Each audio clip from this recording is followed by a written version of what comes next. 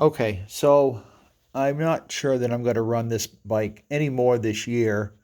Um, I did, however, find out the paint color. The paint color of this bike, and you can tell by this stripe, is Patriot Red Pearl.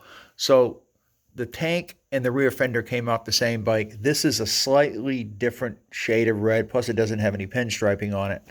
So I'm going to talk to the painter to see, we can get the paint code from Harley on this, so it should be fairly easy to replicate the paint. However, the reason I'm probably not going to ride this again is I got to check the tires. Now, I knew the rear tire was bald. It was pretty well shot, but I was just riding it around town. But check the date code on this tire here. So this is a Dunlop. Let me see if you can see that right there.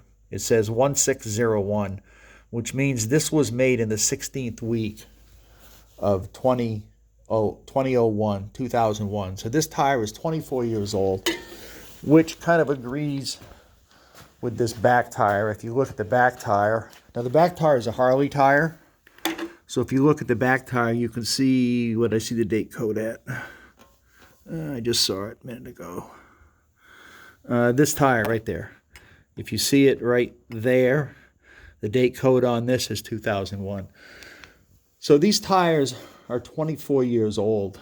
You can see this one is kind of cracking. I don't know how good it shows up on the camera, but you can see it's cracking all the way around the sidewall. And it is pretty bald.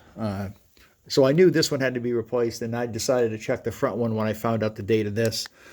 So I don't know that I'm going to run this bike anymore. Even around town, it's going to be pretty dangerous to run it with 24-year-old tires. So it might be time just to put this up on the table and start taking this apart. Leave me a comment below. What do you think? Would you run this bike? Just if you're just running around town with 24-year-old tires, leave me a comment below on it.